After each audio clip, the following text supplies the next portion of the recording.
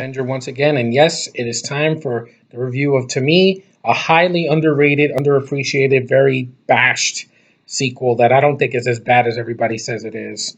And it's my opinion, so don't sacrifice me.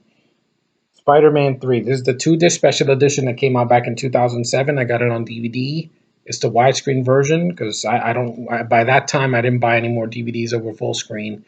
I saw this in the theater back in 2007 with a Spider-Man costume on. I had a lot of anticipation for it because I saw the trailers and I was pumped.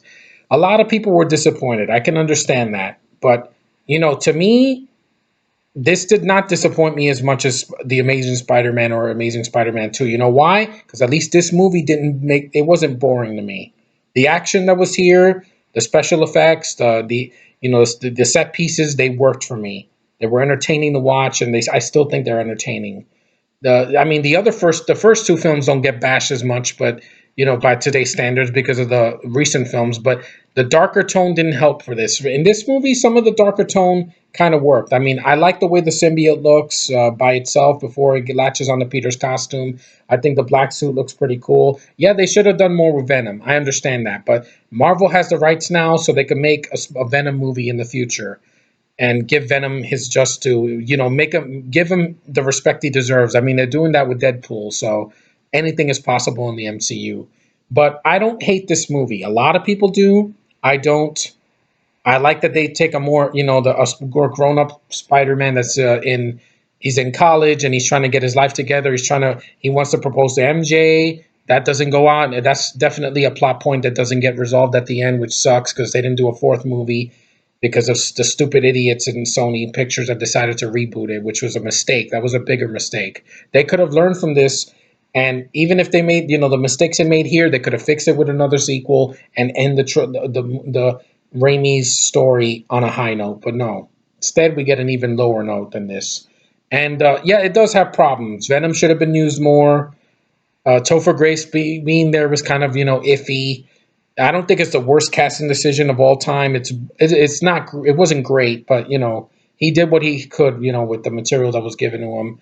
Um, the film's running time doesn't bother me. It's 139 minutes. I know that's long, but it didn't feel that long. I mean, there are some characters that could have been cut out. I think there are too many characters. I agree with that.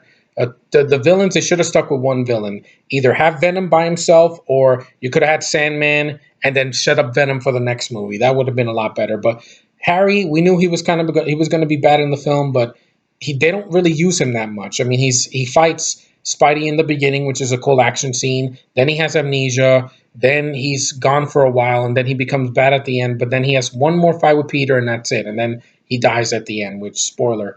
But James Franco does what he can. I don't think this is horrible. Gwen Stacy, yes. Emma Stone is better than Bryce Dallas Howard. I know a lot of people hated her. They don't think she can act.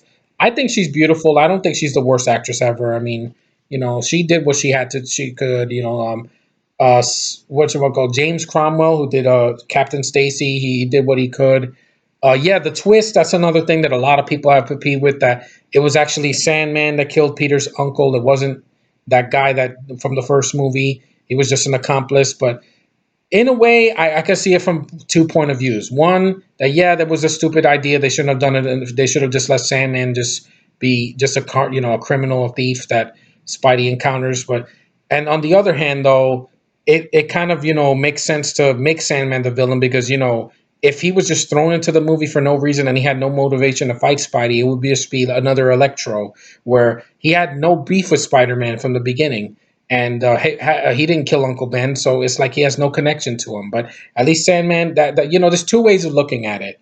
But it didn't deprive me. I didn't say, oh, fuck this movie. Emo Peter, yes, it's stupid. Okay, him with his hair covering his face and him eating cookies and acting all emo and stuff. But I've just seen worse. I have. I mean, Garfield is emo in the first two films, and he's a douchebag and he's mean to people and him, it just annoyed me more. And the fact that he was a British actor didn't help either.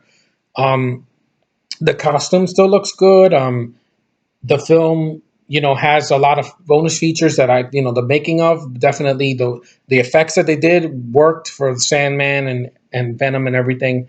I mean, it does have a lot of problems. I'm not going to deny that this film does have problems, but I don't think it's the worst superhero movie ever made. Are you freaking kidding me? This is worse than Superman 4. This is worse than Man of Steel. This is worse than freaking Catwoman or Elektra or the new Fantastic Four that's going to come out. I know that's going to be much worse because they say screw the origin. We're just going to change things for changing sake. No, at least this film stuck with some things in the comics. It did what it could. I'm not gonna be complacent and say, the movie's perfect. No, it does have its problems. I'm not gonna deny that. But as a guilty pleasure, I can watch this for some mindless entertainment.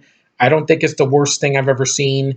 It didn't bore me out of my mind. I mean, and there's more Spider-Man in this movie, red and blue or black and white. You see more of him than in the two Amazing Spider-Man films combined, where you have to wait an hour for something to happen. And at least here, something's happening every minute, even if it's just, some filler. Uh, I thought Thomas Hayden Church was good as the Sandman. I wouldn't have picked anybody else because he's a really good actor. Um, yes, the ending could have been a little bit fleshed out more. I mean, the film does have three endings. You have uh, there's three endings. There's the one that the Sandman flies away. That's the end. The movie could have ended there. Then there was when Harry dies, and then they cry, and then it could have ended there. But then there's an ending when they dance. That's one ending. You don't need three endings.